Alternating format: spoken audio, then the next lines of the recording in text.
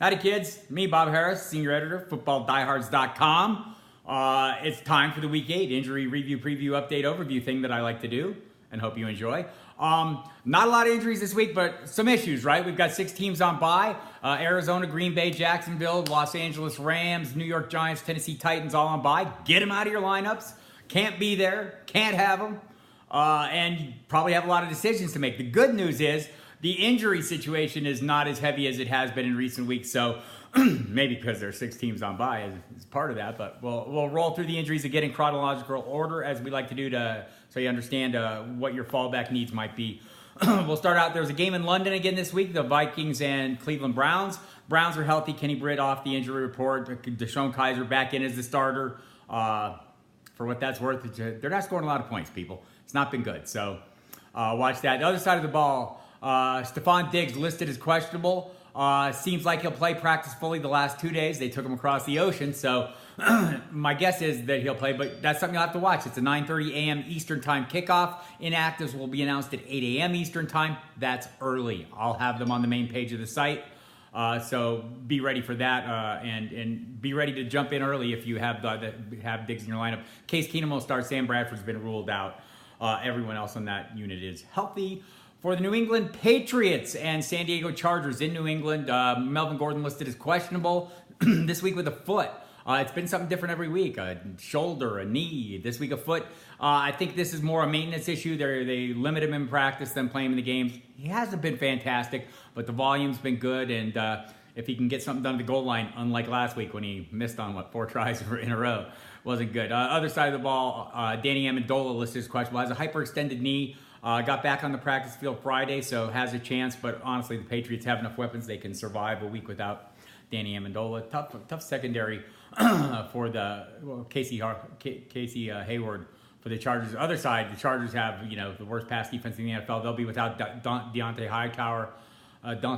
And that's been. Remember, the Patriots were really bad to start the season. Then they got better for a couple of games when Hightower was back. Now he's gone again. So issues there. For the San Francisco 49ers at Philadelphia, Marquise Goodwin is listed as questionable. Look, this could be a good game, a lot of points at least. Lousy defense for the 49ers. Not a great pass defense for the Eagles either. So if the 49ers are trying to play keep up, if C.J. Beathard can avoid the pass rush, there may be some good plays there. So watch Goodwin's status. For the Carolina Panthers, Ed Dickson with an ankle and Graham Gano with a knee are listed as questionable. Roberto Aguayo was signed to the practice squad in case Gano can't go. Watch the main page of the site today. If they don't promote him today, he won't be. They're assuming Gano will be ready to go tomorrow.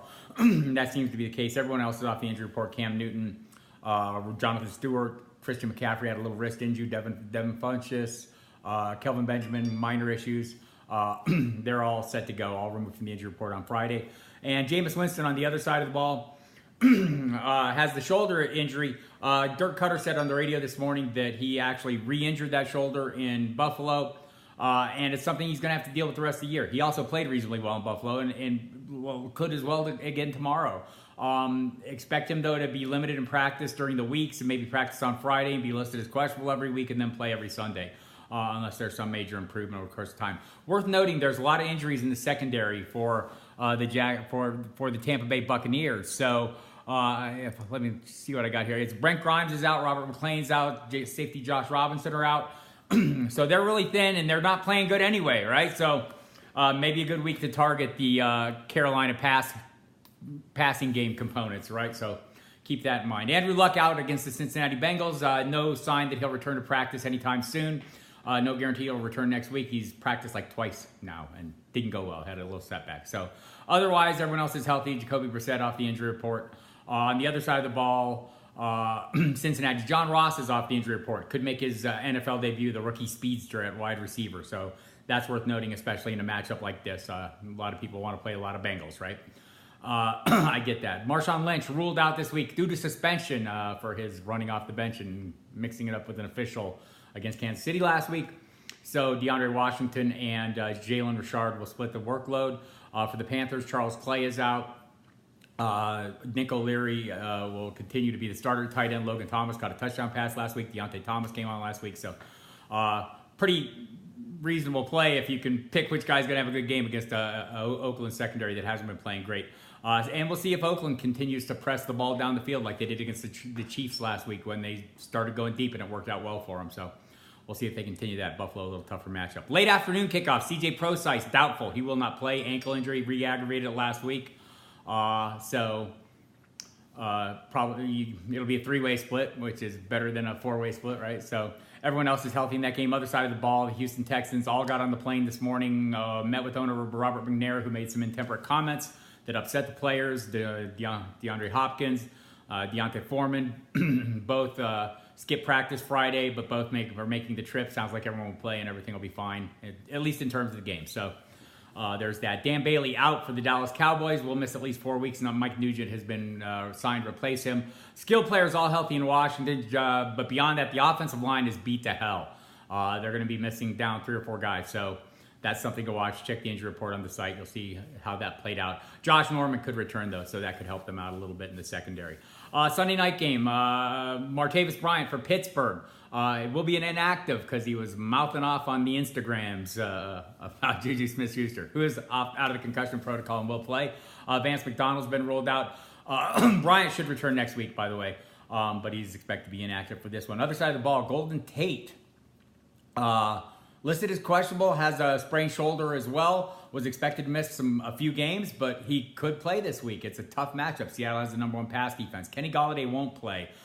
So in terms of looking for guys to pivot to, Juju Smith-Schuster. Remember, 65% of the offense in Pittsburgh runs through Le'Veon Bell and Antonio Brown. So don't go overboard on Juju Smith-Schuster. He's a nice play. He's been very efficient in his work, but his workload would have to uptick to make him a reliable play. Monday night game, the Kansas City Chiefs hosting the Denver Broncos. Emmanuel Sanders unlikely to play. Everyone else is healthy in that game. A few other notes just to keep an eye on. The weather up and down the East Coast is not good. That means the Falcons and Jets, there's likely to be rain. Doesn't look like any wind. The Panthers and Buccaneers, more wind than rain. 20 miles an hour, that doesn't really scare me. 49ers and Eagles, rain and wind. That extends to the Raiders and Bills and the Cowboys and Redskins. So rain and the wind's like 10 miles an hour to 20, somewhere in that range. Not a big deal. I don't get scared of rain, but if it's a concern for you, you'll want to watch the weather reports. You can listen to Jeff Mans and myself on SiriusXM Fantasy Sports Radio tomorrow, the pregame show from 11 to 1 p.m. If you'd like to get all the weather updates and the latest injury updates, of course, go to the website, footballdiehards.com. I will also be updating in real time all the inactives throughout the day through Sunday night on the main page of the site. And again, get all the columns. My DFS 3 and out column is up right now. Armando Marsal has a number of DFS columns up. Brad Cruz's sit start is available. Gary Davenport's a shadow nose. John Lobb's DraftKings sheet of knowledge is one of my favorite pieces. Get all that stuff. JJ Buck is there. Tons of good stuff. So check it out, footballdiehards.com. Good luck. Week 8. Let's get through this bye-heavy week and move on to the next thing and get a win and win some money. Good luck.